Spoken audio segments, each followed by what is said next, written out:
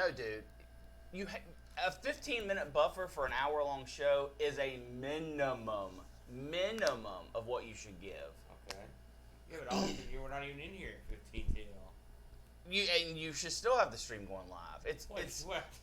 yes. How's that work? Yes, you hit go. I'm not in the room. It doesn't. No. Well, no. You're usually in here at 15 till, no matter what. I try to be here. I mean, even us milling around. It's because you're expecting people to be waiting at 9 o'clock. People, no, that's not how it goes. People get the notification, and if they care enough, they come and join us. I just don't think about it that much. Well, but you should. You should. Well, I mean, you're right here. It looks like I told Boo. If you have a problem with the proceedings, feel free to jump in. I am not a broadcast professional. I did. I just jumped in. Okay, well, what took you so long? I thought you would. I need to get to Yob Tob. Yob Tob. Oh, hey. Finally, the stands make a return. Yeah. I wish we'd been having these cool things like we used to. I always love those, and we need some for the wall. So get busy.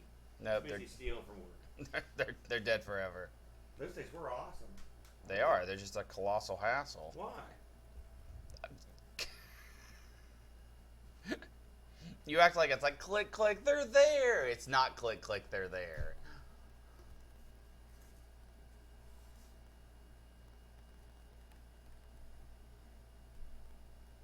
Yeah. Just pull your game back. Yeah. There we go. That actually works surprisingly well. Yeah. For the even I'm surprised. For the air conditioner, just get the remote. We don't need to turn it off until we actually start. I'll let the remote go from here. I can certainly, yeah.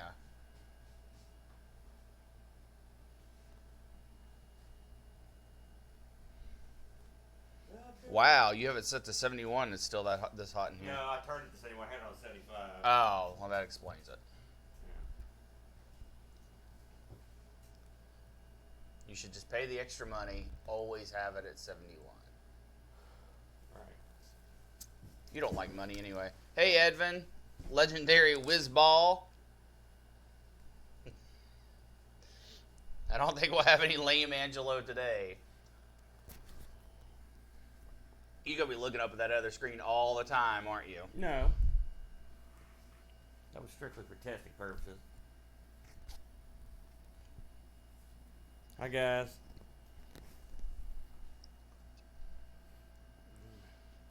Just going over my notes here. We got about 10 minutes to go time. If you'd like to ask Aaron any fun questions, I will relay them to him. Yeah. Since Aaron is unable to read. You know, just from a general standpoint. I read just fine.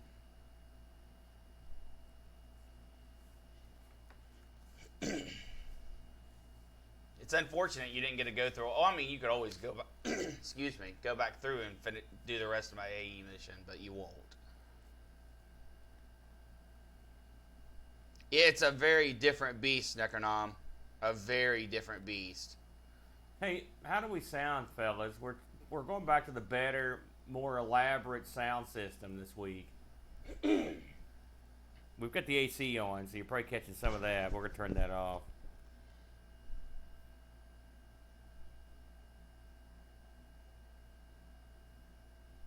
Is Aaron going to do a Rocky 1 montage to beat the weight loss challenge? It's funny you should mention that. We do have something in the works, believe it or not.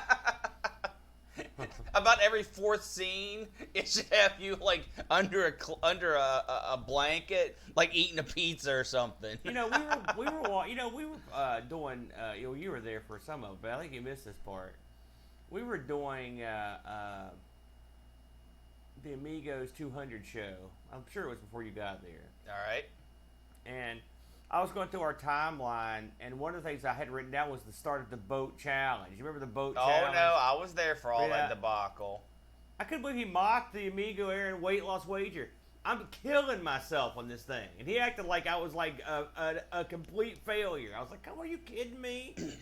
Does he realize I literally changed my entire life for this stupid idea I had to raise money for charity. He was mocking me. I couldn't believe it. I understand. I'm gonna get that guy for that.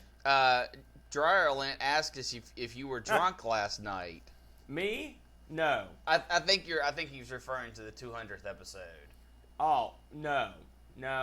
Unfortunately, here's the problem, Lint, is that given my chosen profession, I've got to be extremely careful when I drink. I mean, extremely careful. They're saying the audio's low, so we're gonna have to boost it on the big dog. It's low. Okay, hold on. Let me see if I can fix that. But no, I can't get drunk on the show unless somebody else drives me, which that'd be cool, but it didn't happen. No, you're gonna have to do it with the box, dude, man. give me a second now. Unless you have some kind of filter on. You don't have any filters on. I don't have any filters on. No, I don't have any filters. That's why I wanted to get some input from them. Yeah, legendary Whizball agrees that was a low blow for John. John was under a lot of stress. John puts himself under a lot of stress. He does. The arbitrary 127. Did that make a difference at all? Do we sound magnificent? You know. I mean, that should have made a difference. Are we just afraid to turn up the box? Is that the thing? No, the box. You gotta understand something. That box feeds into the thing. So when you do that, when you start to fool with it, it goes right off the charts. And no. Did that make a difference at all? Yes, he said that did. So more of that. No, well, I think it's good. I'm gonna turn on the Okay. All right. Aaron won't be happy until we're peaking the red. Okay, so you can see right now that that's the first time I went into the red. Necronom says it still seems a little low to him, but that was prior to additional jacking. Well, here's the thing. Okay, you don't say anything. I'm the bottom bar, right? Mm-hmm. All right. Now you say something. I'm the top bar. Top bar. Top bar. I can jack it further is my point. Legendary Whizball says, we had a main event arcade game in my local arcade. You used the stick and 3 buttons. Whizball, that is actually the Japanese version. Yeah, where are you at, Wiz? What are you in America or are you overseas? Yeah, the Japanese version had an extra run button. Still a horrible game. I can hear Boat complaining about the clipping right now. I can hear. All right, I've jacked the volume up substantially. So. Oh no, he's still low. Is the last word I heard. No, I'm gonna go mess with it. So no one can hear. We don't sound great, is what you're saying. New Zealand Whizball. Yeah, that was almost certainly the Japanese Asian release. Yeah, in America we just got the 2 button version. No, he said Whizball says volume good. Okay, thank you. Even if you're lying to us, thank you. Thank you, sweet Lord. If I touch that box, I tweaked it last night to make it as even as possible, and I know if I touch it, I got problems. We'll sound better once that air conditioner's turned off too. It'll get a lot better. Okay, let me finish doing my little dance. We're going to go over some of a brief history of rhythm games. That's right. Since we're doing rhythm games. Yeah, some of the variations between arcade games from different regions. I mean, main events are a pretty radical change in idealism. Idealism? I don't know what you're talking about. The gameplay from the Japanese version to the American version was drastically different. I mean, adding that 1 extra run button, because it was also a throw off the rope button, it changes the game a lot. It makes it almost slightly playable, but not really. We did forget one thing last week that I totally forgot. All right. That tag button does one other thing. What? It picks a guy up. I forgot about that. Oh, I don't even know if I knew that. Yeah, it picks the guy up. Only Aaron volume is good, says Alex. Or Alec. Okay. Oh, here it comes. He's touching the magic box. Come on, now touch the box. We're very singy today. What's up with that? How's that? It's just because this mic is defective. I guarantee that's what it is. It's not defective, it's a different type of mic. You said it was directional? So This one's omnidirectional. That one goes down one way when you drop it. It goes straight down. So really, it's okay. Here's the thing, Aaron. This is the way. What if I do this?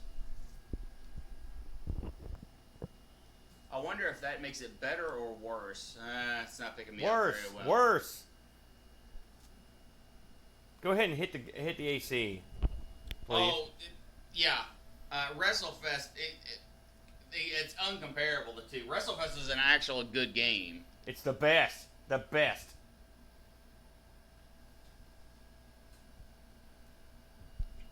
I'm going. How is I'm not Are you hitting the right button? one off? I'm pretty sure that would do it. There you go. Well, it's gonna get insta hot in here. It's not gonna get insta hot. It's not that hot outside yet. Plus, suffer a little. It's good for suffering. It's good for the soul. You ever heard that one? Now, don't hold it up to your face. No. Listen to me. Stop for a second. Do I sound better like this, guys, compared to what I sounded like before? I'm going to guess that I do, and if I do, we can do something to make this work. Right, but I mean, I turned it no. up. He says no. I don't sound any better that way. So this mic is just completely jacked. But I mean, your sound is coming through, and we recorded with it. I'm just telling you what the masses say. It sounds like only one mic is working, is what they're saying.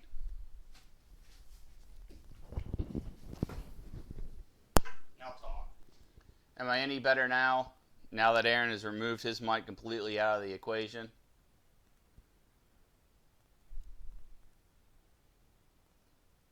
Which is odd that the bar is still going to a respectable level. He says that sounded perfect. So maybe it's your Omni crap mic that's giving us all the problems. Well, it is omnidirectional. And now talk. So now that Aaron has plugged his mic back in, what would be the volume is good. Need your always the Amiga magnets with hearing aids for some. All right, we're gonna go with what we got. Oh, I added. We are a poppy. In the process of getting new mics again for Studio East. Where if anyone has suggestions out there on what would be a good microphone setup, obviously not crazy priced, but not $2 Walmart would be wonderful as well. We did Coco, but we have not done the Dragon. Yeah, I'm good with that. So we put the Dragon on. Although, hold on, bring that back up here. Can we shift the location of the Dragon piece and that Text Adventures? Oh God, please don't get that. Please don't get that this week. Why? I don't want to do a Text Adventure.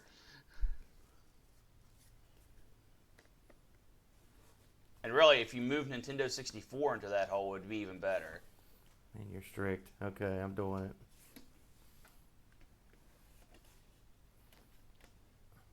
These poppies are too long, so they're flying out. They're flying out of here. Pack-ins needs to be pressed in better. There we go. Well, you don't want another wacky thing to happen. There we go. Now, go get me a sandwich. Yes, get me a drink. So I'm going to get. I don't have nearly enough drink in here today, but vitamin water. You kidding me? It was a beverage at the house, easily obtainable beverage. Take me to the line. All right. Well, we know that things are not super great with the mic situation. That's why we went away from the blue ball, because the blue ball was picking up too much echo and we couldn't fix it in post. But these mics, there's two different types of mics that we're using, and we're going to change that. You know, why don't we try the mics that you borrowed from me before? You have them back, and also I don't think they fit this thing. Yeah. It's a standard thing. It should. Okay. I'm just about ready to rock and roll. You're going to have to talk in a booming voice, Aaron. Oh, No. baby. No. And my Big Bopper voice. Hello, baby. Did you say horse? Big Bopper. I know who Big Voice. Bopper My is. voice. I know who Does like- anyone in chat know who Big Bopper is? These guys The know. Big Bopper? Folks across the pond are a little more cultured than most of the Americans are. I think the largest factor of knowing who the Big Bopper is age. No, if the Big Bopper was long dead when I was born, I still know who he is. All right? No. No, yeah, he was long dead. The Big Bopper died in a plane crash with the Richie Valens. Remember? Well, I guess that was before you were born. Yeah, it was. It happened like the 50s or 60s. Yeah. You don't have any Did he clue. become famous after that? I mean, No. after the... Why do you think he was on the plane? Well, no. I'm just... No, that's not what I'm saying. Listen, it's 9 o'clock. This is the first thing we're going to talk about. Your lack of knowledge about the Big Bopper. I'm sorry. I'm not a huge knowledge dump of 1950 swing. Listen, you're a dump, all right. All What? right, That all didn't even make right. sense. I'm going to emote. I want to sing. All right, you ready to rock That and roll? was singing? Well, yeah. All right. Most of my American friends tell everyone that they are Canadian. I've heard that a lot. Especially when traveling. Traveling, you tell everyone you're Canadian. Because we're so hated throughout the world. Why do we do stuff for every part of the world, but everybody hates us? Well, This is our lot in life. to be fair, we do a lot of bad things too. We do way more good stuff. Well, listen, if there's a big tornado, huge storm, wipe somebody out, who do they call? They call us. Well, You know, if we're, unless you're Puerto if Rico. someone- listen, we've dumped a ton of money into Puerto Rico. Oh yeah. Let's not even go there. Yeah, but you're wrong. Let's not even You go there. are wrong on that. Don't believe the hype. Oh, Aaron, I know Don't believe Mr. the Mr. hype. Limbaugh has gotten into your Don't head. listen. If anyone says anything that you don't like, Mr. Limbaugh, Uh-huh. he's a talk show host. He's a talk show host. Don't do that to me before the show starts. If you want to eat this thing sideways, don't. I'm serious. Stop. What? Don't give me that crap. You're gonna Okay. get me mad for real. I don't want to hear that anymore. I don't listen to that guy, and I have listened to him. It doesn't mean anything. Use your mind, is all I'm saying. Aaron. Use your mind, and don't talk to me until you do. I don't want to talk about All that. right. I'm getting tired of this crap. Good God. Think a little. Has everyone lost their minds? Has everyone lost their minds? You don't believe what you see. Go do some research. I'm begging you, because this is just like the Big Bopper. You talk without actually knowing what you're talking about. I'm gonna guess that I'm more knowledgeable in the subject than you are. You're gonna guess way wrong. Okay. All right. Very wrong. All right. Hey, don't get. You're killing me. You're physically killing me, Brent. I hate fighting with you on the show. I do like fighting with you, but not about political stuff, because you can't be helped. You can't. You know the old saying: you can't discuss religion or politics. That's a fact, because people are set in their ways, and there's no way they're going to change their mind. There's a 0% chance. You can have a fact. You can have all this other stuff. They don't care. Doesn't matter as long as it doesn't meet their criteria. They don't care. Drive me crazy. Did I emote enough? That Was statement emotive right enough? there, I 100% agree There with. you go. At least we found some common ground with your lunacy. Where's my mega cup at? Can't let it go, can you? No. I just get tired of that. I get tired of right that. there? Yeah, I'm not going to screw it. Don't care. All right. Let's do it. This should be fun. What's in plastic over there? Huh? Oh, those That's magazines. just garbage. That's some garbage I would throw away. I had it. No, the magazines. Oh, yeah, they're in plastic. Yeah. All right, you ready? Let's go for the gusto here. Get me all wound up for the show. It's because winding you up takes nothing. No, because you're just trying to be a jerk. That's the reason. No. You know, I've never tried to be a jerk to anybody. I try to be a nice guy. Everybody keeps pushing my buttons. My God, I'm a mild-mannered man. I'm a good, happy-go-lucky fellow. You know how hard it is to get me upset? It's almost impossible. It's almost impossible. All right. You're an insane man. Live my life for a couple weeks. I know. I have made choices in my life to avoid It's that. amazing how sane I truly am. All right, here we go. Strike a pose. Is that what you want me to do? Oh, I didn't know you started. What was that? You're an absolute. I wanted my thingy to spin, man. That thing's cool. Here, That I would leave it right there. I'm not done with that yet. You're not done with the crayon? That's right. Okay. Hello, everyone. Welcome to a rhythmic edition of ARG Presents. I am Amigo Aaron, joined by a man who don't got rhythm, the Brent. Hey, I was in college band. That doesn't mean anything. I was in band way longer and far more successful That than still you doesn't have. mean you got they weren't more successful. My band was the man. So, if you joined us last week, we spun the wheel. We made the deal, spun the wheel, get it? And this week, after it almost flew out of the wheel, it was so in demand to get played. It wanted to play. We're going to be tackling rhythm games. Yes. Rhythm games, a more modern concept of games. Absolutely. Something that, and when I did a little research and into the history, which we'll get into in a minute, it doesn't go back as far as I would have guessed, to be honest with you. I honestly thought, especially with more electronic board games out there like Simon, which I guess is not really a rhythm game, but sort of is a rhythm game, because you feel the rhythm as you go. Yeah, but you don't have to be rhythmic when you push the buttons. You can be like burp, burp, burp. You don't have to go boop, boop, biddity, bop, boop, boop, boop, bow, bow. You don't have to do any of that. I don't think any game allows you to do that, but That's the jazz. anyway, version. yeah, I was really surprised that rhythm games is a relatively new concept in gaming. Yeah, it's wacky. It's wacky. Now, we've played quite a few rhythm games, which we'll get into here in a moment. So, just for fun, I looked at the briefest of history of these rhythm-type games. Ars Techia had an excellent article, which I'm going to be referencing to go through these. So, now, get this. The first quote-unquote rhythm game that they came upon, 1987. Think about that for a minute. Yeah.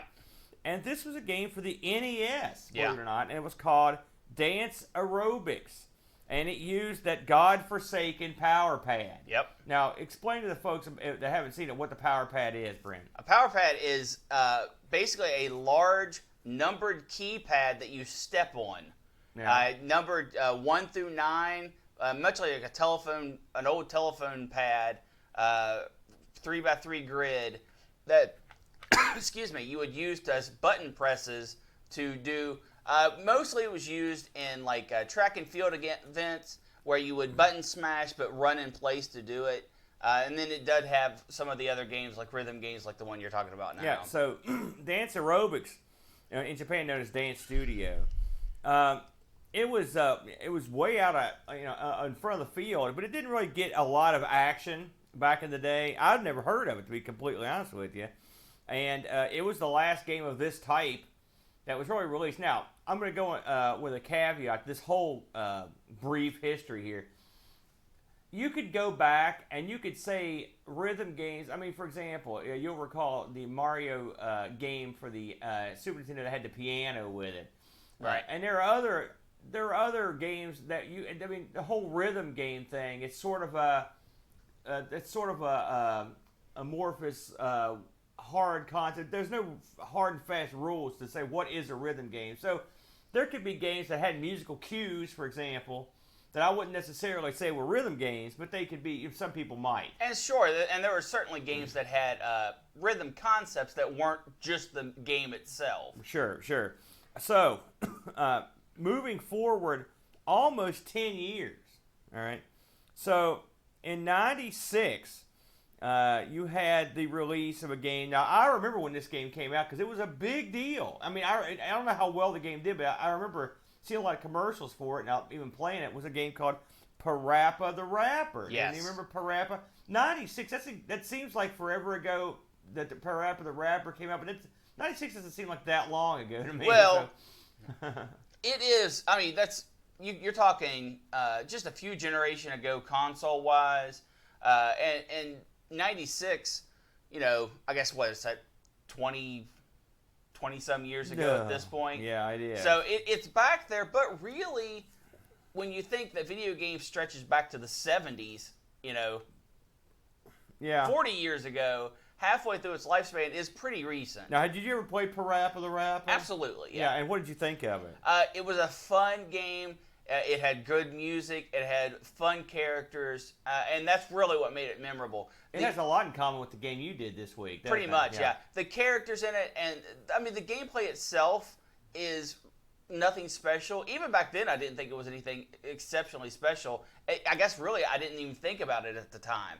But being that it is basically a pioneer of rhythm games, it was something special. And the thing, something else about it, it was very fresh. Yes. It had rap, which was on the rise at that point, and it was good. The tunes were good, catchy. You sort of were making Parappa do the rapping, but that was cool. Yeah. And I mean, and you're right. It wasn't like it didn't blow your mind, but it sort of did. It was a very interesting game, and so what it reminded me a lot of? What's that?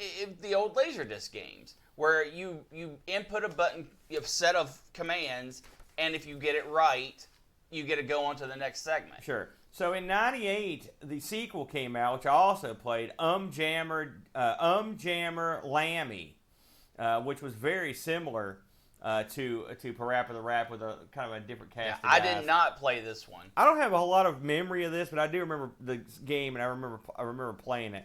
Now you can't go into rhythm games without talking about Beat Mania. Have you ever played Beat Mania in the arcade? Absolutely. It had turntables and it had a mixing board. It was sort of like it had a more larger version of what that is. And I never played it, but I did see it in the arcade one time. And I never saw it anywhere else. Yeah, I saw it one place. In fact, it was a big machine. Yeah. I played it at a Really? Dave & Buster's up in Cleveland. I think it was one of the Cleveland locations. No, it was the upper part of Columbus. Way past that game's prime. Yeah. Well, I mean, within the 2000s. So pretty much when this game came out, the genie was out of the bottle, as they say. And so you got stuff like DDR, Dance Dance Revolution. You got Guitar Freaks and Drum Mania, which I've seen all of these. I'd say of the three, obviously, Dance Dance Revolution was a phenomenal success. Oh, by far the most popular, yeah. I recall the state of West Virginia buying a bunch of Dance Dance Revolution console games and putting them in all the schools to get the kids healthy. Yeah. You remember hearing about that? Yep. And it sort of made national news, and it's not the worst idea. If you've ever played these games, I mean, you're cutting the rug. It's not, and they're not easy, but they're not as brutal as the old Power Pad games. Oh well, it helps when you have good buttons. One of the largest problems with the Power Pad was the buttons, and it sucked. So you could be doing something and just not register. And that's the worst of a game like that.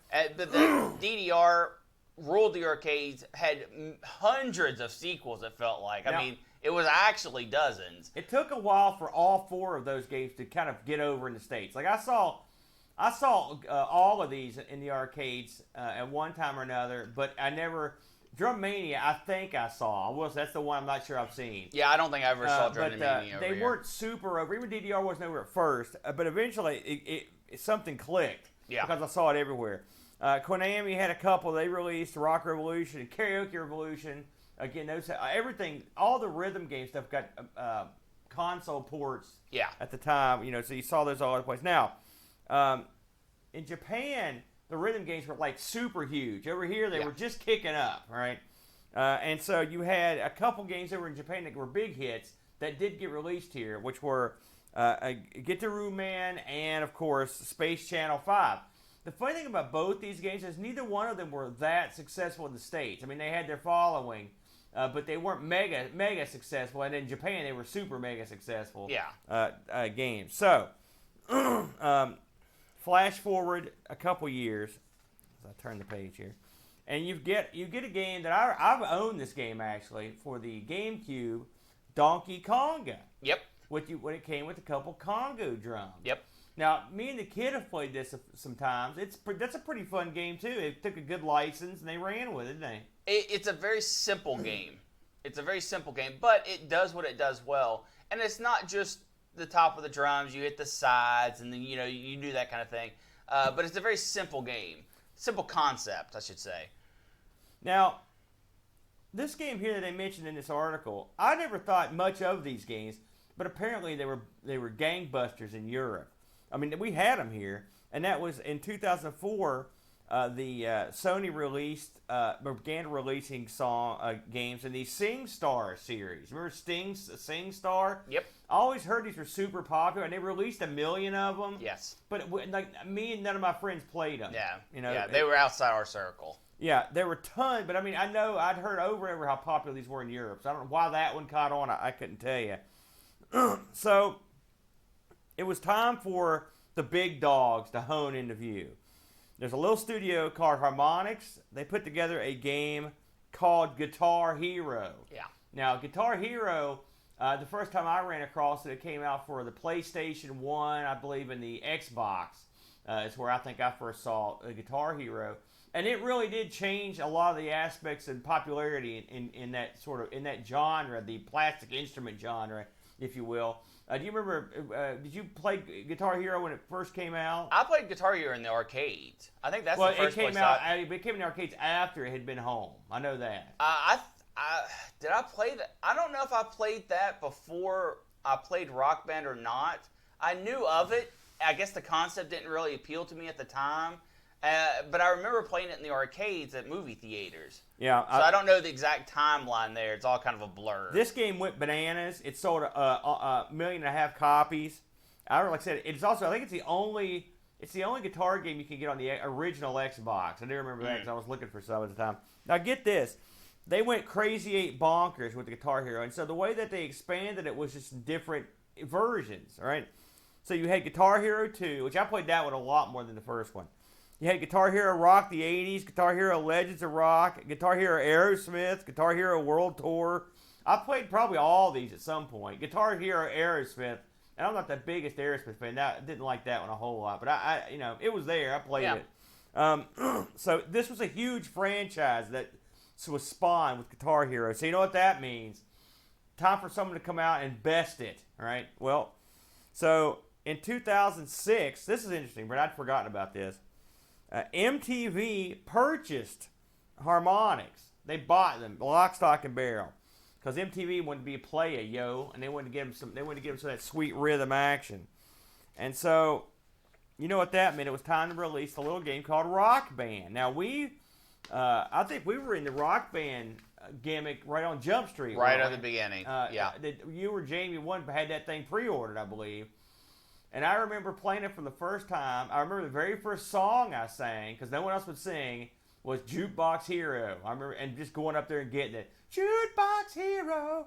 And then once I humiliated myself, more people were more than happy to go up and take their turn at humiliating themselves. Rock Band was an interesting concept in rhythm games because it added instruments.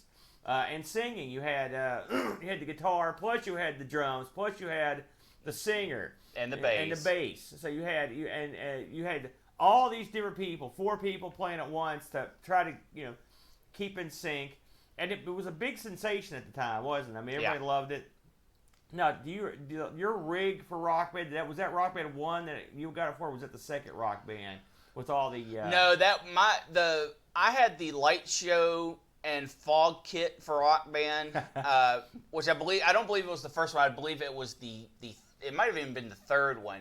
But yeah, we would have, that's also when they had keyboards and everything else. So we had a whole room full of people rocking out with our plastic fake instruments, room filled with fog and light shows going off. I remember the very first song that we ever played with your fog machine was Rush, The Trees. Yeah, and it never got better. And it never did because the room, that song is great anyway, and the room filled, it was like you were playing a gig in like Mexico City. Yeah. I mean, it was smog everywhere, and you're trying to see the screen, and Yeah, we were laughing, and it was, I mean, the atmosphere you get from this light show was pretty cool. It was pretty awesome.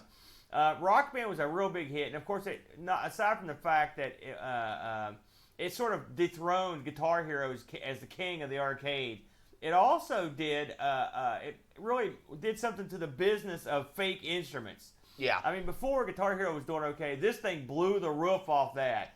And so, if you go to any Goodwill or Salvation Army store in America right now, you can always be guaranteed to find some fake plastic instruments for sale. I've picked up quite a few in my collection here. It got to the point where Goodwill said, "Don't send us and don't try to pawn these off on us anymore. We will not take any more," because they had so many on the shelf. It's funny because eventually you got, of course, you had different grades of these things, and eventually you had companies making wooden full-size guitars, real guitars. Yeah. Our buddy Chad has one. I don't know, do you or Jamie have any of the wooden ones? Jamie has one of the real ones with actual strings. Yeah, and that's as well. So these are crazy popular. I know it was popular with us long after everyone else got sick of it because we still play it today. I played it last weekend. That was great. And there's no better game to have a few pints, a few nips of the old booze, and then go in there and do some liquored up Rock Band. One of my favorite activities, if that's your bag. So anyway, that was a mega hit. It spawned the sequel, Rock Band 2, and that spawned the sequel, Rock Band 3, and Rock Band 4. Among other things, including the game that I'm covering this week. Now, Brett, talk to the folks about the game that Jamie had that lets you actually learn how to play the instruments. You use real instruments on it. What was that called? Well, yeah. Well, one of the things that people got picked on, I suppose, for lack of a better term, was everyone was playing these fake instruments. And if you had a fake instrument, why don't you just learn the real thing? Well, eventually they did that. I believe the game is called Rocksmith, and you have a real guitar, real strings that you play with a rhythm game. And it teaches you chords and strings and rhythm and strumming, and it teaches you how to play real guitar, which I guess is really the natural evolution. And that was something that they introduced in I think it was Rock Band 3, where it was you could learn how to, for example, you could have pro level drums and pro level synthesizer. They added synthesizer to the was it the third one that got? I believe it was third. And which then they dropped stupidly. So you even had keyboards at the end. You had a ton of stuff. You could have 3 mics simultaneous, and it was great. We had a lot of fun with Rock Band. So, now this is not a complete list of all the games, rhythm games. This is just hitting the high points. I remember a couple other games, and they haven't mentioned here. Wii Music has some rhythm elements too. If you ever played that, it's horrible. I thought it was unique. It could have been great, but it wasn't. Then you had Elite Beat Agents. You remember that game? Absolutely. Yeah, there's a lot of DS games that have terrific rhythm elements where you're tapping on the screen with the stylus. Some of those are a lot of fun. Elite Beat Agent is one of particular enjoyment that I've played before via borrowing it from Jamie. What was that on? Do you remember? That was the DS. Was it the DS? Oh, there you go. And the DS, it's funny. I had Guitar Hero for my DS that came with an accompanying gimmick that you plug in a cartridge slot. A little secondary controller. So you literally hold your DS up like this and watch it while you're playing. It was real wacky.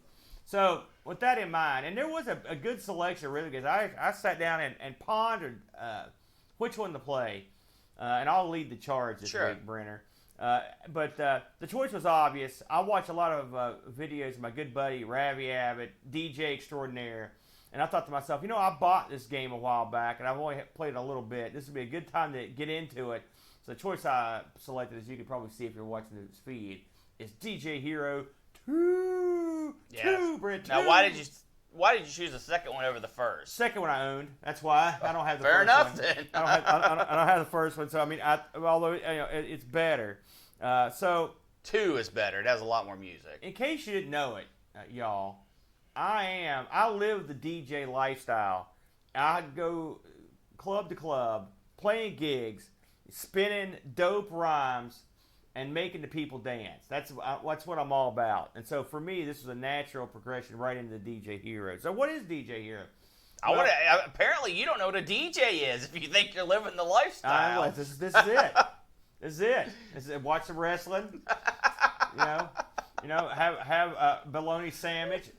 Roll into the club in my fine threads. And then lay down some sick beats. Now, by club, do you mean living room? No, club, yo. So, what is DJ Hero? Bro, to explain how DJ Hero 2 work, you have to kind of backtrack to all the way back to the Guitar Hero. So, these games set down a simple concept. Now, I will say, this does not apply to Brent's game. This is a whole different type of rhythm game. Yeah. These guitar and rock band games.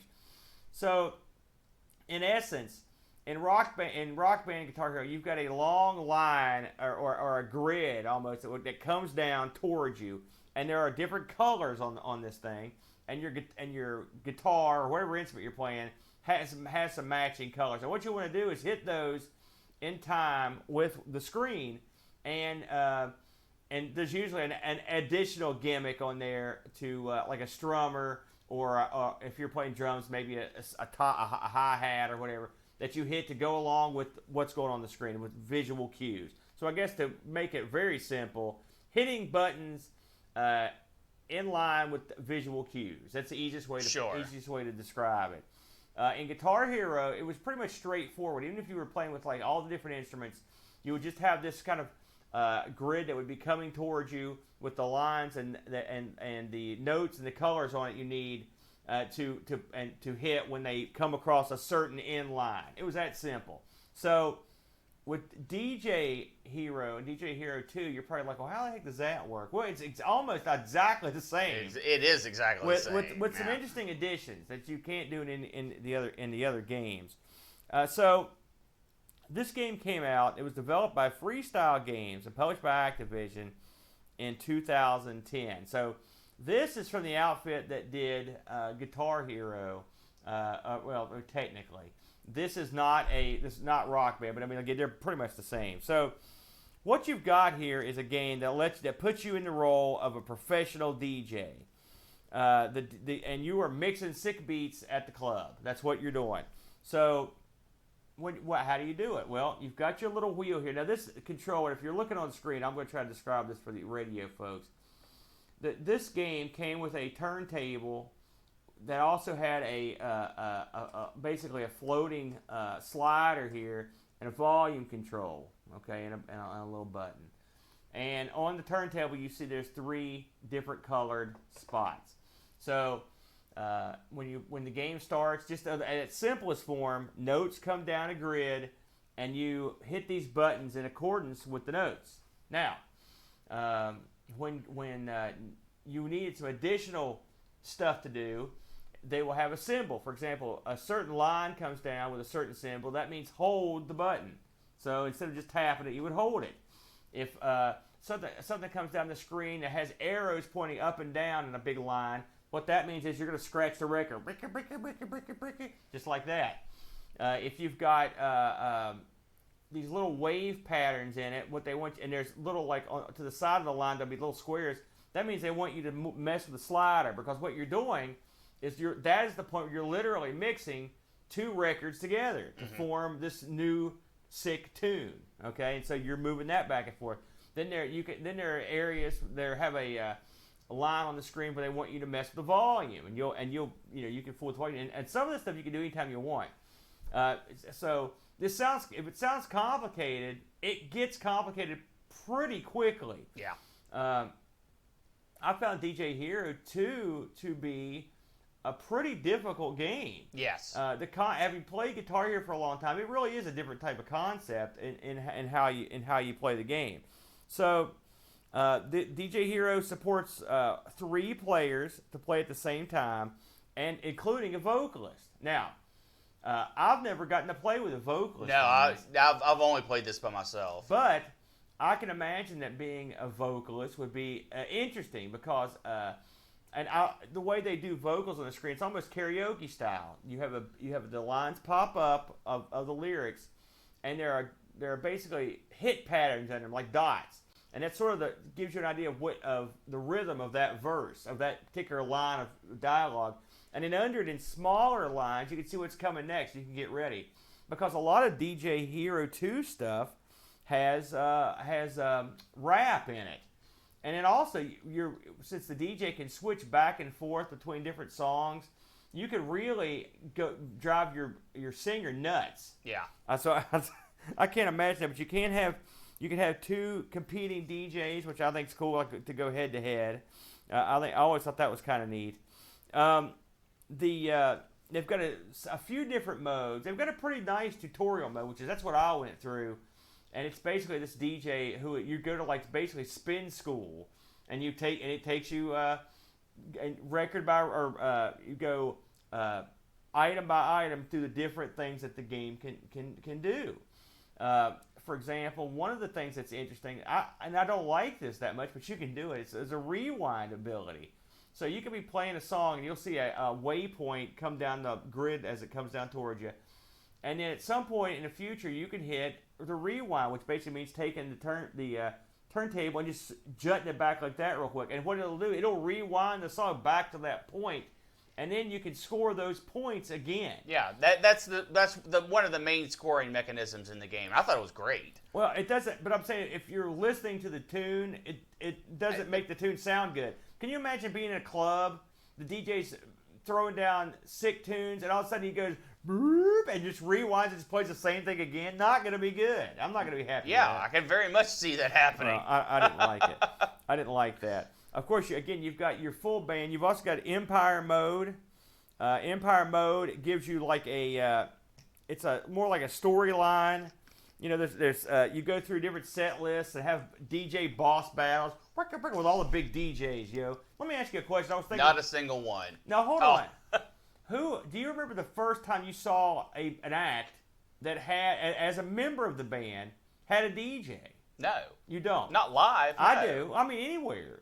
I remember the very first time it was Run DMC, because they had Jam Master Jay as the third member of their team, right, the group.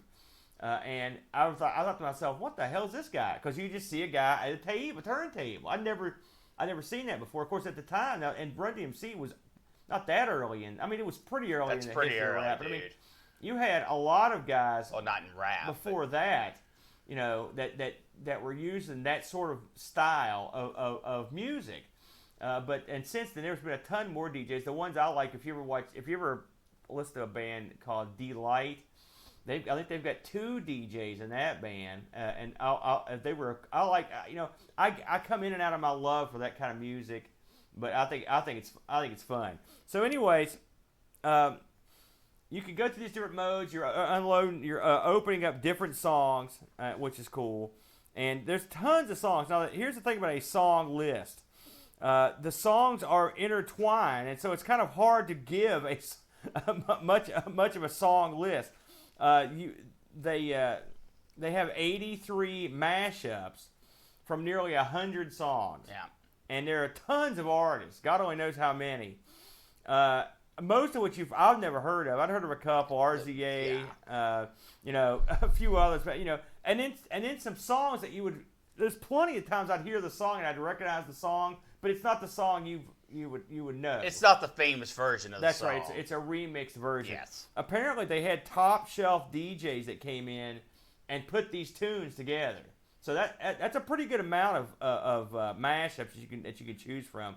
Of course, in the full vein of rhythm games of this time, you could also download more songs, and it would download them, and you would keep them forever, right? Forever and ever until they were gone. Until you didn't keep them.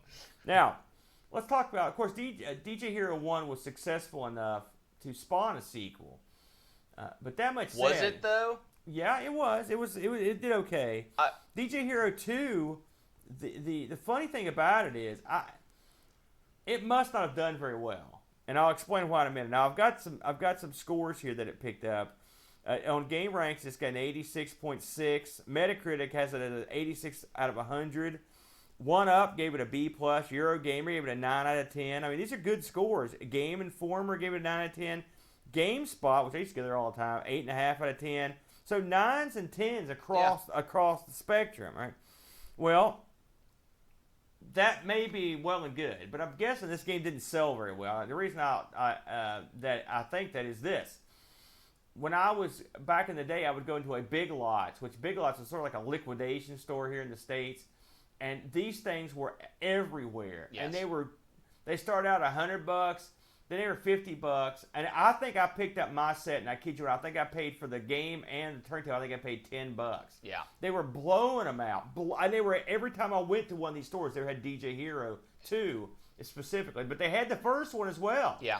And I could not, for the life of me, figure out what in the hell happened. Have you ever heard a story as to why these things just turned up? Did they make too many, or what the heck happened? This was DJ Hero came out during the big rhythm boom, and it was more towards the tail end, but it was really about the center of the big boom. That's right. I mean, you would think it would have done pretty well. Well, you're taking a niche market and then finding the very smallest corner of it and trying to capture that market. And they expected that all of your Guitar Hero people and your Rock Band Hero people would say, oh, it's a new type of rhythm game, I'm going to go play that, and they didn't. The people who picked this up were people who had a love for that DJ scene, that type of music. So that part of the population who also plays games is very, very small. And that's why I think this sold so poorly. Well, I'll admit, I probably wouldn't have picked it up at full price. No one did. Well, no, obviously somebody bought it, but for $10 or $15, it was a steal. Every time I play it, and I'll admit I don't play it all that often, but when I do play it, I always have a good time. It does a good job. I've got the 360 version, as you can see here, and I thought it was a real fun game myself. But I like these sorts of games. But I mean, yeah, I guess I could see how people could, be either sick of it or just uninterested. And when you look at the concept of learning how to do it, and I'm no pro, the concept of doing it's very foreign to what you've been doing with Rock Band and Guitar Hero. I mean, it's a whole different animal. But that's what makes it fun. They could have just done the exact same thing, but they made it a little bit different. And adding the singing element to it, I think, would be a lot of fun. So sometime in the future, I'm going to interrupt my Rock Band night and have a little bit of DJ Hero night. And I'm going to have you rapping, man, old school. This is my impression of the game. Yeah. And it's not favorable. And it's not DJ Hero's fault. It's just, it is a type of music that I don't necessarily enjoy. The gameplay itself, the elements of playing the game, the scratching the record, doing the slider between the two songs, is fun. It's fun to do it. It's very complicated when compared to something like Guitar Hero or Rock Band, but the actual playing is fun. But when you don't enjoy the music that comes out of it, like out of all the songs that you could play, I played like 6 of them, and I just played those 6 over and over because that was the music I knew, that was the music I wanted to listen to. And which brings up the worst part about this game. If you don't like the music in it, and you've got other people in the room, you're screwed. Because the big upside to Rock Band is you can have 4 idiots sitting in a corner, singing, smacking on plastic drums, strumming plastic instruments, and if the tunes that they're playing are entertaining and enjoyable and noticeable, things that people are familiar with, the other 5, 6 people in the room aren't going to get ticked off. When you're scratching records and playing rap beats that no one can relate to because it's not their type of music, you've completely alienated everyone else. And then no one has fun. So I don't fault the game. I think the game itself, the concept is pretty good. I think there's a few things they could have tweaked to make it even better. But I think the music doesn't resonate with enough people to give this mainstream appeal. Well, I'm not going to fight you on this because I agree. The soundtrack is not for everyone. Now, I'm kind of I like DJ stuff a lot. So I'm kind of down with it, man. But it's not for everyone. And I will say, you're right, Rock Band and Guitar Hero, they're going to have a broader appeal because the music is so varied. And this, you're not going to get, there's not a lot of variance in the tunes. But hey, I really dug it. So we had one user review come in from our buddy Graham W. Vebke, a good friend. DJ Hero review. This game attempts something just a little different. But like the other hero rhythm games, you need a specific controller, and that means it cannot be played without it. I last played this game some time ago, and from my memory, it follows the hero formula. Press one of the 3 colored buttons at the correct time, or perform crossfade action. So it's just music style that makes this different, and this game and its sequels milks that hero formula some more. If you enjoyed DJ culture, you might enjoy this game more than I did. 6 out of 10. So there you go. Yeah. And I mean, crossfades and messing with the volume stuff, that's an important part of it. But like I said, as a play mechanic and as a controller, this is a top shelf controller. I mean, it's solid. You can beat a man to death with it, and it's fun for me. It's fun to play. Now, I think the game mechanic and the tunes make it one that I like to come back to. As we mentioned, the game is not super popular anymore. You can get these things for a song. You can get the whole kit and caboodle for under $20 if you look around. Yeah. Brent, you want to take over? What do you got? I went a completely different direction for rhythm games, and today I want to talk a little bit about Space Channel 5, more directly onto the Dreamcast, but this also did come out for the PlayStation 2. Space Channel 5 has an interesting history, and I want to touch on it a little bit. It is created by, and I'm going to butcher this name, I apologize in advance, Tetsuya Mitsugashi. He is the brainchild behind Space Channel 5, and how he got to the game that we all know and some of us love is quite entertaining. His first game was a virtual ride simulator where you have rough control of the simulator as you fly through. It was a big hydraulic thing that they put in some arcades in Japan, and like I said, you have a control stick. That sounds awesome. And you kind of wiggle through the environment, kind of almost the Dragon's Lair style. Is it like G-Lock with Laserdisc front strapped on it? You remember G-Lock? No. The game where you got in the arcade and you could kind of fly it? Yeah. It is sort of like that, but the simulator is larger. It looks like a shuttle from Star Trek. Yeah, I've seen those at the mall and stuff like that. Yeah, but this is a controllable one, and it only seats a few people. That'd be super awesome. So that was his first entry into gaming. From there, he went on to do some of the Dirt Rally games for the Dreamcast, and he was a pretty big player over in Sega. And Sega approached him and said, listen, you're doing all this manly stuff, and it's awesome. It's making us money. Manly. But we need you to tap in to the casual female gamer. It's like, that's your next task. Go for it. And he was like, I don't know what to do. First of all, he didn't know there was a market for a casual female gamer. Secondly, he had no idea what they liked. So he actually went out on the streets and into arcades and pulled these people aside and said, what are you looking for in a game? And he polled men and women both. And he said the women all loved puzzle games, and the men all loved being a dominant force, coming from something and overtaking or achieving an objective. That was that's what they wanted to do in gaming. So he thought, how am I going to meld these two into a sellable product? And he finally had the idea of Space Channel 5 as a Laserdisc game, or a Laserdisc type game, where you are controlling the action with your left, right, up, down in a Dragon Lair style, where you're just really telling it go left at the right time, go right at the right time. And it evolved into what is now the rhythm game of Space Channel 5. So he had to sell his team on this, and he was trying to explain the concept of, you're going to be a person, you're going to be walking around this space station, and you're going to run into these encounters where you're going to have to hit the directional pads at the right time to, make things happen.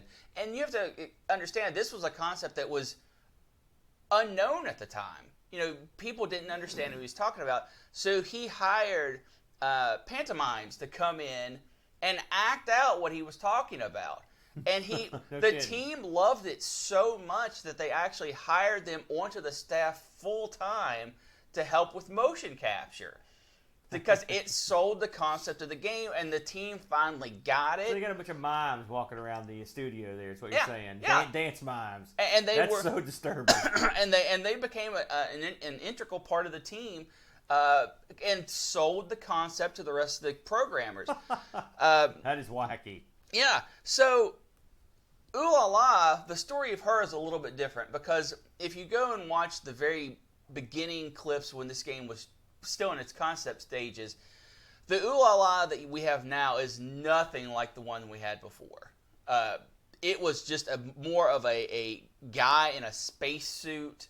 It had kind of that same airy walk, but it was different enough that it was disturbing, and it was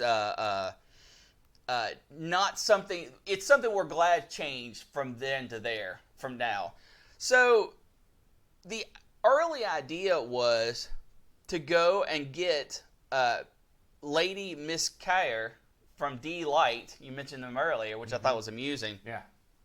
And they wanted to take some of her music and sort of her style and put into the game because during that time they were doing Groove Is in the Heart, which is a very colorful video, Oh, yeah. and it has the same kind of style. And the lady in that, she's a literal. She works in the fashion world. That's right. Yeah. And D-Light was like, hell no, I'm never going to work with you. I hate you. Get out.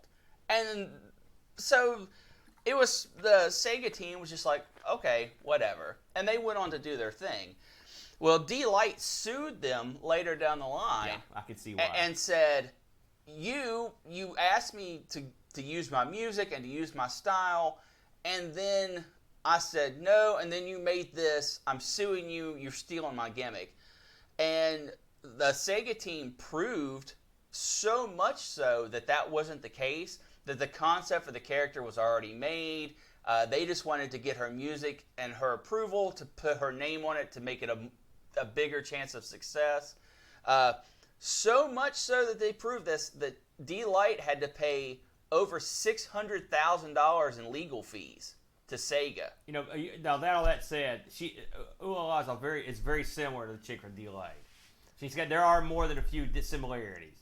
I will agree with that. So but I can see why D-Light sued them, and I'm sure Nintendo, much like Mr. Burns, Sega, Sega, has a vault of lawyers that they unleash the hounds. Well, I mean, it's one thing to lose a lawsuit. It's quite another to say, you have to pay my legal fees. You lost so bad. Well, I'm sure whoever represented D-Light, but they probably also had a room full of lawyers. So That's right. It was like an epic lawyer land battle commenced. Now, the funny thing about this is obviously, I mean, she didn't want to be a part of Sega's system, their concept. She didn't want to sell her music to them. Sued them, lost. You would think the bad blood would be thick. Yeah. Thick, right? Well, a little side note, later in 2008, she did license her single Grooves in the Heart for another game for the Nintendo Wii, and that part of the song included Ooh La La. So it kind of goes off full circle. They got what they wanted in the end anyway. Yes, it says that in her big hit. Yeah.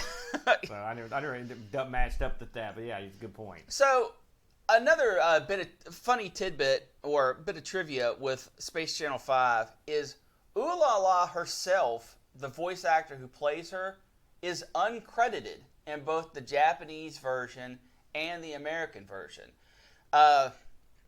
Now, in the American version, it's pretty well known that a woman that goes by the name of Apollo Smile is the voice actor, or actress, I should say. I've actually heard of that person. Yeah, and she plays the part. I mean, her whole gimmick, especially back in the late 90s, was I'm an anime, floaty, happy, chippy girl, and that's how she sold herself. So that's also how I sell myself. That's right. In the Japanese version of the game, the voice actress was unknown for many, many decades. And even to this day, there is some debate on who it is, although most people do agree that they have found who it was, and it was a someone who just worked in the studio at the time. But in the credits, if you go through and watch, when you get to voice actors, Ooh La La is voiced by, it just says herself. So, kind of a weird thing to hide, but I guess they just didn't want that out there. I like it. It's mysterious. Yeah, and the Japanese Ooh La La was actually the dance coordinator for the game. So she is credited, or who is led to believe, she is credited in the game, just not for the voice acting role. So what do you do in Space Channel 5, and how does it become a rhythm game? The actual gameplay is so simple, you wonder how it's fun. It's the exact opposite of DJ Hero 2. Absolutely.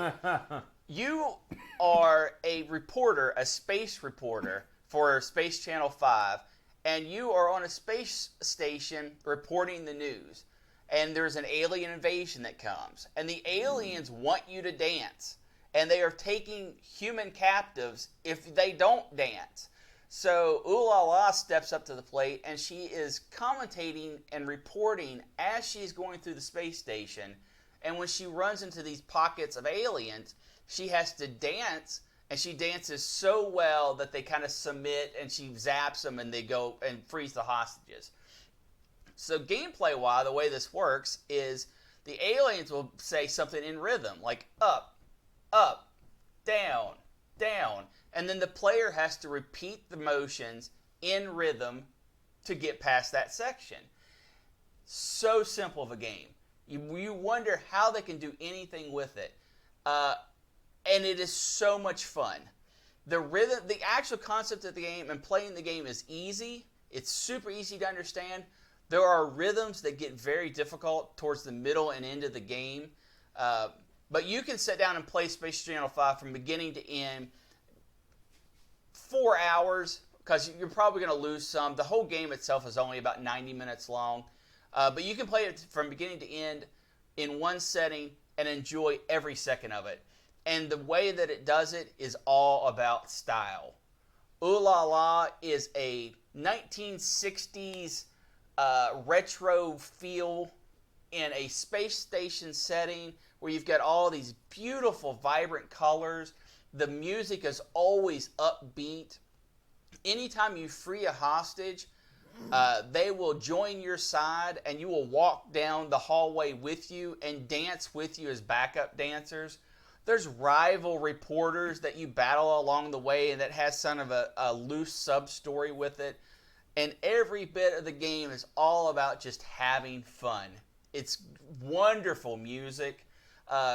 So much so that when the game was about 70% complete, someone on the development team let Michael Jackson see it. This was on the U.S. team, because U.S. and the Japanese team were kind of co-developing this game.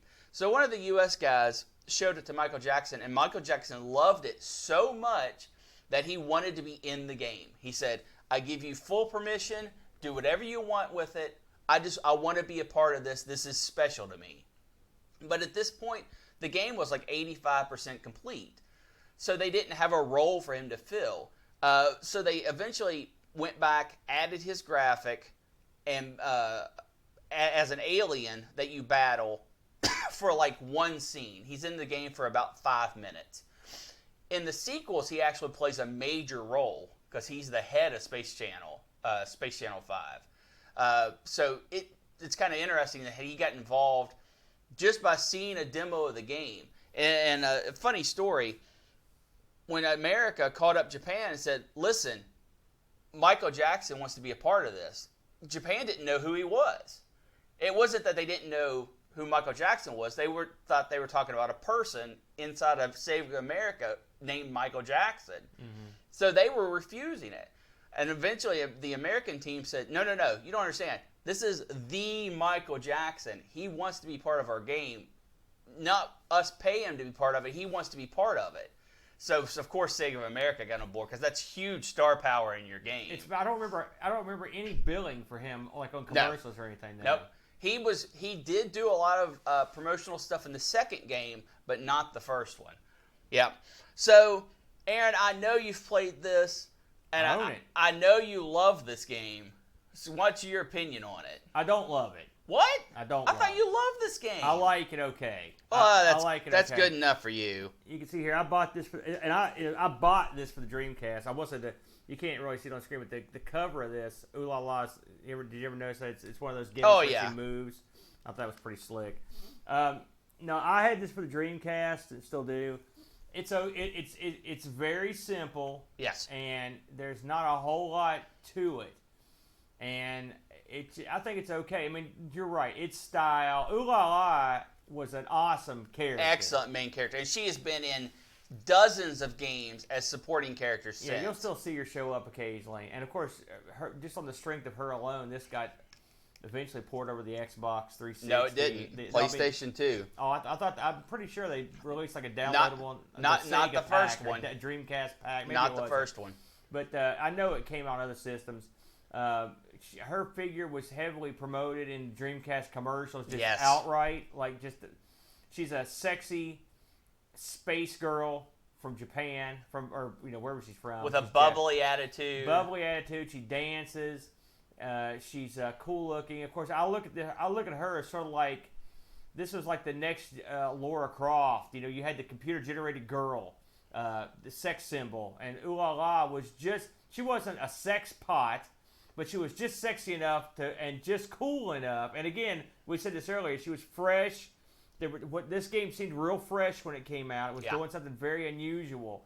Because having a female protagonist was huge. And on top of everything else, she, the way the game looked when you played it was different, and the way it sounded was real. It always reminded me of like watching one of those TV aerobics workouts. Stretch your back now, up, down. That's what it reminded me of. Because she would repeat the stuff.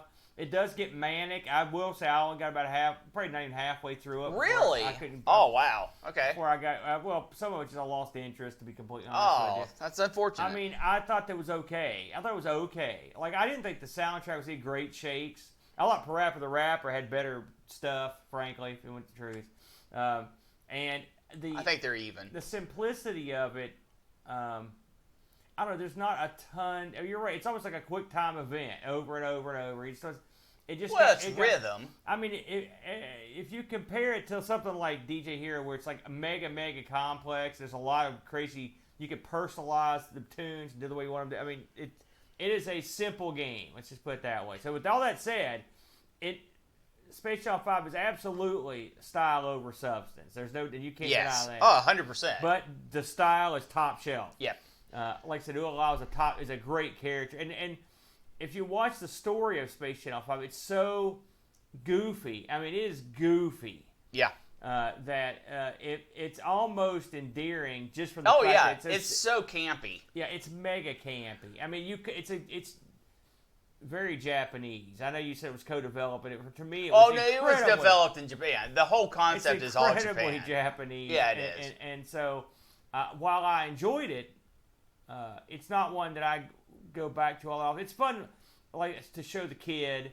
If you like, I think it's a great game for like kids to play to get them into the rhythm thing. And or if you just want to hear the tunes and you want to sit down, do something real like almost turn your brain off. Yeah, it's perfect for that. But it's not one I'm not gonna be like my favorite Sega game because it's not. No. Now, do you think it's odd that they didn't do much with this? Considering how big it was at one time, well, because they had Space Channel 5. They had Space Channel 5 Part 2, and then they had some DS game that was a complete bomb. And a phone game. I'll tell you my opinion, having done some research on this whole thing. Space Channel 5 was not a huge seller, all right? And so... It was decent for Dreamcast. And I think Ooh La La was tied to the Dreamcast name in a certain way. And so when the Dreamcast tumbled, she pretty much went down with the ship. Which is it's a shame. I mean, name any big icons that got out of the Dreamcast alive. I mean, really, there was not many. She went away, and I mean, and her game just wasn't strong enough. And also, if you look at what rhythm games developed into after that, like I said, that game seems simple by comparison. I mean, you can't see it getting another. I could see having Ooh La La in stuff. I could see her being even someone that you could release singles around and remixes and have her in the videos and stuff. because she was a really awesome character. And she's very iconic, very noticeable. Right. She has her own style. Oh, you ever play a game called Jet Set Radio or Jet Yep. Grind Radio? That game, these games remind me of each other a little bit. And except that game the gameplay was great, but it was a very stylish game in the hip hop thing. But that game managed to, because that was on the Dreamcast as well. That one managed to get out of there, and it sort of has that underground following, and so does this in a weird way. So they're not gameplay related; they're not really the same. Now, but, I'm gonna blow your mind. all right. Guess what's gonna be coming out? The expected date is 2020. I don't know. Space Channel 5 VR. Oh, okay. Wow, I can't wait to see what Ooh La La looks like. Now this is, she looks the exact same. I will say one thing before you get into that. Ooh La La spawned some of the best cosplay girls of all time. So you can't go to a video game without seeing one. Space Channel 5 VR is a very, very small team put together by Sega. And the way they are billing this is you don't get to play as Ooh La La. You are a shadow reporter that's job shadowing her as she goes through the space station, the same space station you know and love, and meet the aliens, and you dance with her pretty much as a backup dancer is the way the game looks like it's shaping up. This was actually shown in 2017 to a small audience at one of the trade shows and got a lot of buzz at the time, but it was overshadowed by the VR buzz overall. So work on this has been steady since then, but the team is so small that it's going very slowly. People are expecting it to have a 2020 release, but no release date has actually been announced. That's it. I will say I wanted to touch this since we talked, because this game is Ooh La La. She's the game. Yeah. They must have really put a lot of time into developing that character. If you look at her, and if you haven't ever seen Ooh La La, she's sort of a girl in like a super short, I don't know, almost like a hoop skirt or something. And she's got like knee-high boots. And she's got bands around her thighs. And she's got gloves. She's got pigtails. Pink hair, pigtails. And she is a club girl through and through. She looks straight out the club. But she really has a very cool look. Like I said, they managed to strike a nice combination between sexy and appealing and approachable. And she's bubbly. That character by herself, like I said, she manages to pull the game up by its shoe straps and make it something that you can walk up and play just on the basis of seeing her walk around, sing, dance. And that's why she has been in so many other games as a cameo character, but have not had more Space Channel 5 games made for 20 plus years. It's amazing that with the big revolution of these rhythm games and how popular Rock Band stuff got there for a while, that they didn't tap her to do something bigger than that. That always strikes me as odd. The used market for Space Channel 5, as you can expect, this game, you said it didn't sell well, but it's out there and very available. You can get this in shrink wrap for less than $15. With the jewel case opened, you're looking at about $6. Well, when I said it didn't sell well, I'm not saying it didn't sell at all. I'm just saying it wasn't like a runaway smash. It was sold okay. Yep. It was okay.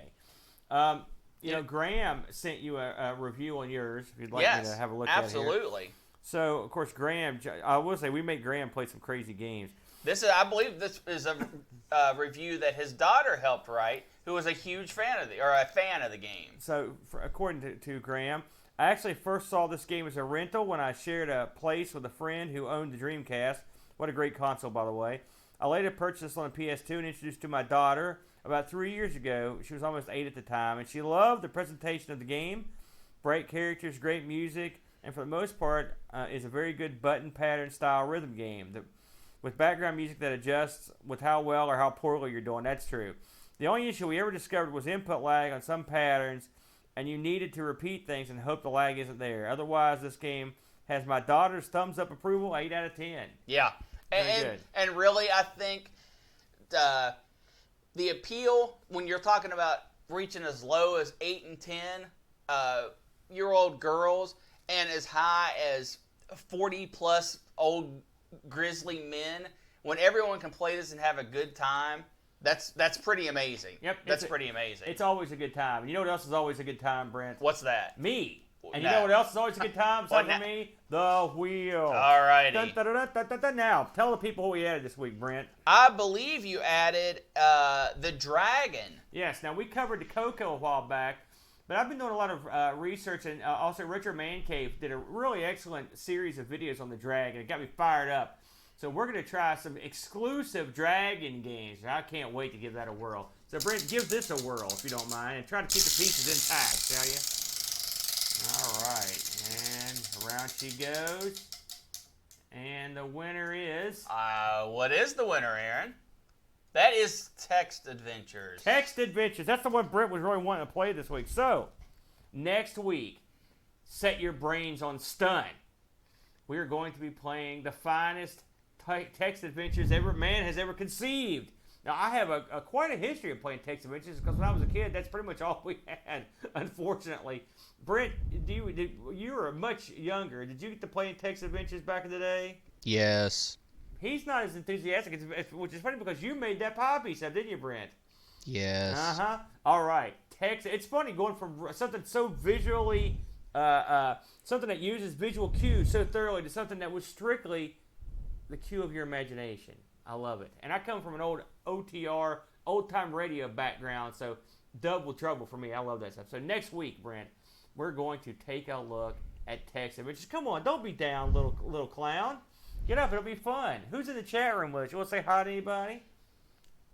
Let me say hi to all these nice text-based people. Yeah. We got Pixels, Picard, Duncan Styles stopping by, Necronom, G Lake in the house. We got Graham, Mohawk Mall, Legendary Whizball. We got some Dryer Lint, of course. Alec Mold. Did I miss anybody? I don't think I did. Beautiful. Evan. First Beautiful. guy to say hi to us this morning. Beautiful. Now, you know, we record every Sunday morning at 9 a.m.-ish, Eastern Standard Time, USA, West Virginia time. And we haven't missed a recording on 9. It's been we're much more. It's easier to get out on 9 a.m. on a Sunday. That's for darn sure. So we usually get here on time. So thanks for joining us. Next week it's Text Adventures. Get your brains ready. And until then, Beep, boop, beep, boop, beep, beep, boop, beep, boop, beep. there you go. Text Adventures. Yes. That's your punishment for being mean to me. Because that's the one you didn't want. Tough. Now you're going to have to suck it up, pal. I like text adventures, personally. I think they're a lot of fun. Come on, man. Text adventures are good. I'll even allow text adventures with those little graphs on top, like the Coco used to have. Like Dallas. You love Dallas, Quest. That's a text adventure. That's a graphic adventure. Well, I mean, if you use one, I'm going to call you out. But I'm saying if you have to have graphics. No, I already know what I'm going to play. What are you going to play? I'm not going to tell you. Oh, listen to him. Hey. I'm going to blow your mind. Thanks for Aaron. joining I'm us. going to blow your mind. Thanks for joining us, y'all. Oh, PS Classic. I'm thinking about getting one of those, Picard. They're so cheap now. I almost have to have one. They're super cheap now, Brent. You know what I'm saying? $28 takes them to the house. Also, One-Up Arcade, One-Up Arcade machines, the little ones. If you look around right now in select areas, they're blowing out the older ones for $75. $75 to get you a Space Invaders, to get you an Asteroids. That's a pretty good deal. So $75, if I see one of those, I'll be taking one to the house to do something with. I don't know what, but we'll figure out something to do with it. Any parting words to fine folks, Brenny? No. I'm sorry I got mad at you, man. No. You said mean things. No, I didn't. hurtful You said things. mean things to me. And I'm throwing out the olive branch.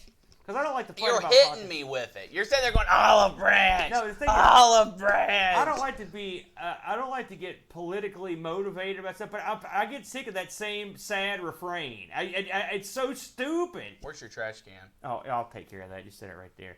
So, anyways, This not brought to you by Vitamin Water. Text Adventures. I wonder how come DJ Hero gets slid off the side Because there? we are. Oh, now, All right. Why didn't you do that before? Record the show again. Hey, everyone. Welcome to another rhythmic episode of ARG Presents. I want to go die. Let's shoot text adventures right now. By the way, while we were shooting, Larry just told me he's on his way here. So, from Frankfurt to spend the night. Hey, listen, I just tell you, I call him like I see him. Hey, thanks for joining us, guys. And by the way, for you guys that were with us on Amigos 200, that was quite a show, Brent. I was there. Boat called me in an absolute panic after the show ended for microphone issues he was having. But I think he got it all worked out.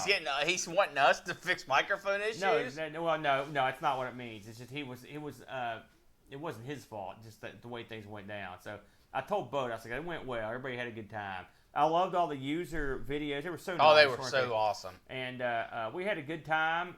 It's a shame that the after stream flopped over because Boat was having some. As you probably noticed, as I saw, the internet went down during this show. In this area, for the past month or two, we've had internet problems, and the internet goes up and down like a yo-yo, doesn't it, Brent? I don't think this time it was us. I think it was YouTube. Well, whatever it was. Because we stayed green the whole time. No, we didn't. Oh no, we were red. Oh, did we blink? Yes, absolutely. All right. And I know some people in the chat room. Yeah, they said something. Noticed it. So, all right, guys, we will see you. Hey, thanks for hanging out with us. I mean, we're the little show that could. We're puffing along. We're having a good time. This is a fun show. We just come in and just have a good old go at it. Yeah, those other shows, pure hell. They hate them. Those other shows. Whips in the back, people beating them to get going. Professional outfit. By the way, theoretically, our green screen should make a return next week because I've got it down here and I'm going to have the Velcro we need to stick it back on the ceiling, put back on. I want to record one where the camera's here pointing that way. We could do it. It's all doable. It's all doable. So. Also, I want to record one where we're just back in that corner. I want to record one where we've got that wall covered in those cool covers that you were printing off, but you have to print a bunch more. I've been keeping a list of the ones you owe me. So, all right. We'll talk to you guys next week. Until then, audio bye-bye. I don't know what to say on this show because I don't have a gimmick on this. We should come up with a gimmick Press right play. now. No, that's horrible. Press play? They're already pressing play. That's our Sinclair. Boat comes up with these little gimmicks. He's like, at the end of this, I'm going to say, until next week, rewind tape, and then he passes it to me, and I'm like, and press play, and I messed it up a couple of times, and he mocked me incessantly, and now I've got it every week, and look over, Boat's got it written down, his thing. I'm like, how can you remember how to say that? He forgets. He's doing so much. This is producing the show on the fly. It takes up a lot of brain power, So it's brain power. Yeah, brain power. All right, guys. Adios, amigos, muchachos. Spin that wheel.